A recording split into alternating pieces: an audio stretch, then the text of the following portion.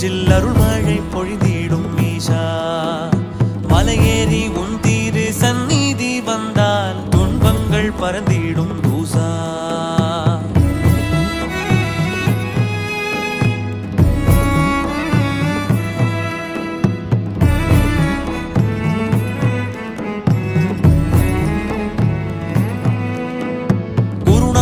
அருள் மாடி கேங்கினோம், ஆதி யோகியை உள்மூச்சில் வாங்கினோம், திருவடியை நெஞ்சில் தாங்கினோம், எங்கள் வல்வி